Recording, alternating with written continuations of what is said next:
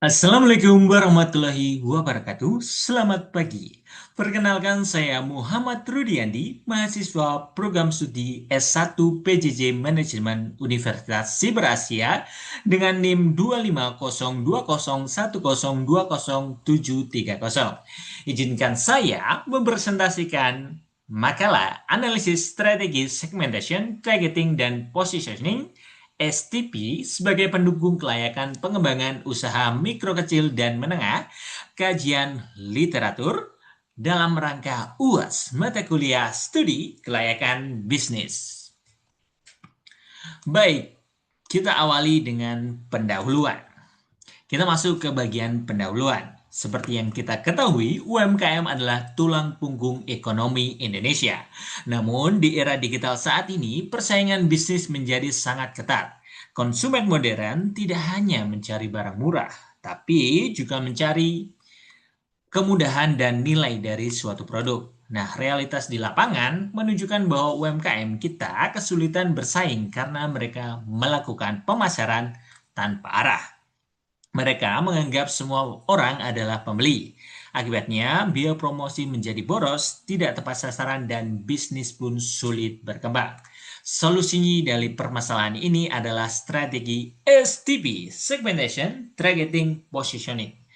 Berbagai penelitian membuktikan bahwa penerapan STP terlebih jika digabung dengan pemasaran digital sukses, membuat UMKM lebih hemat biaya promosi dan mampu meningkatkan penjualan. Oleh karena itu, makalah saya susun untuk merangkum bukti-bukti bahwa strategi STP adalah kunci penentu apakah suatu usaha layak untuk dikembangkan lebih jauh.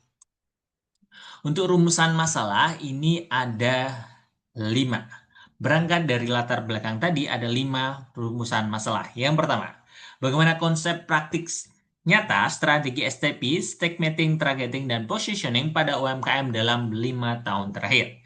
Kedua, bagaimana peran STP dalam membuat pemasaran UMKM menjadi lebih efektif. Ketiga, apa pengaruh penerapan STP terhadap daya saing dan kemampuan UMKM untuk terus bertahan. Selanjutnya, apa faktor yang mendukung dan menghambat UMKM dalam menerapkan strategi STP? Yang kelima, bagaimana kontribusi strategi STP dalam menentukan layak atau tidaknya suatu UMKM untuk dikembangkan? Berangkat dari rumusan masalah tersebut, maka tujuan utamanya adalah untuk menganalisis peran strategi STP dalam mendukung kelayakan pembangunan UMKM. Secara khusus, saya berharap hasil kajian ini memberikan rekomendasi praktis sebagai perpaduan agar UMKM bisa berkembang lebih efektif dan berkelanjutan. Untuk tujuan khususnya bisa dilihat pada slide.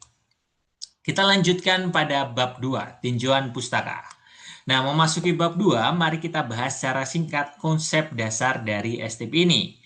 Pertama, segmentation, yaitu proses memecah pasar yang tadinya sangat luas menjadi kelompok-kelompok kecil.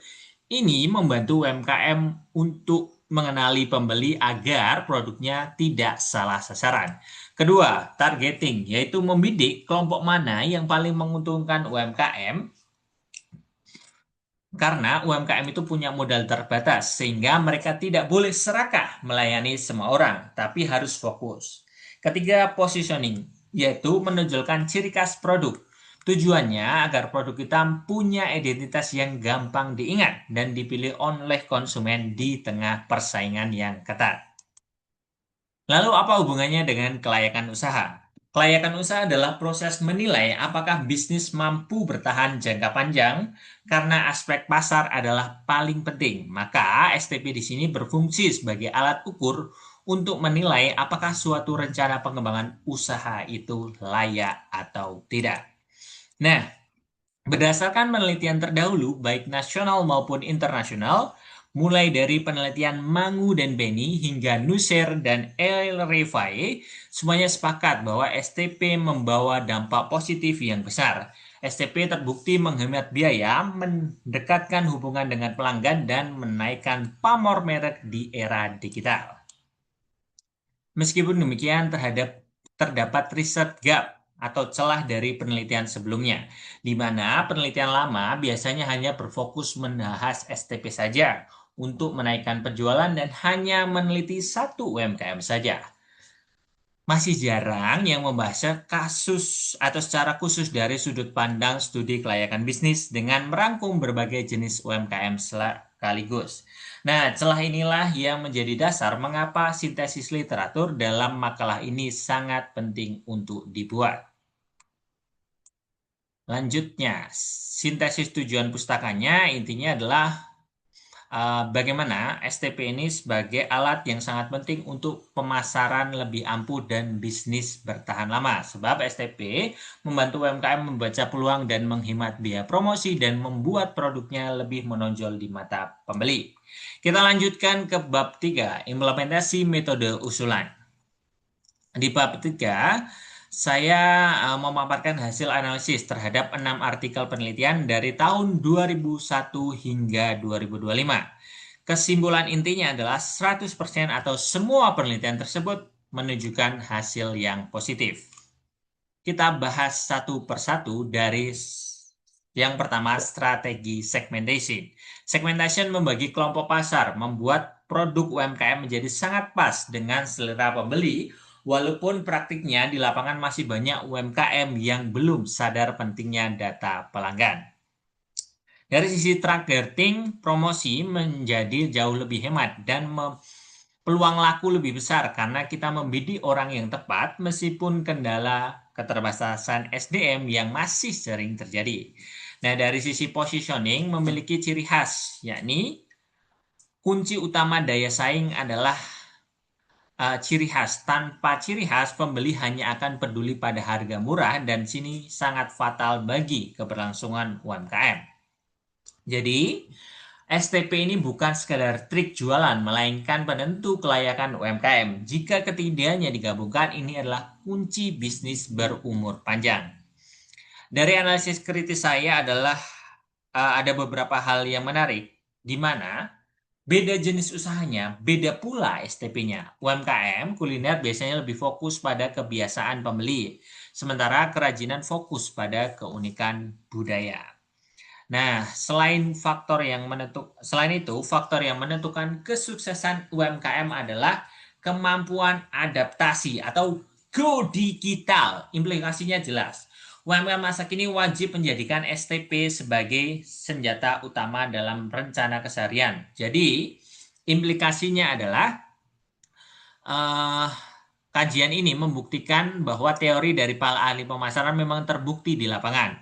Kunci sukses berjualan adalah paham kondisi pasarnya, tahu pasti siapa yang dibidik, dan punya ciri khas yang kuat.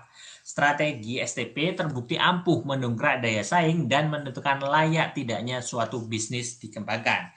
Kesimpulannya akhirnya adalah makalah ini mempertegas bahwa strategi pemasaran STP bukan sekedar teori di atas kertas, melainkan faktor penting wajib diterapkan jika UMKM ingin usahanya terus berkembang dan berumur panjang. Kuncinya tadi, terapkan STP dan go digital atau mampu beradaptasi, baik itu menggunakan internet, menggunakan media sosial, dan sebagainya, sehingga UMKM lebih berkembang.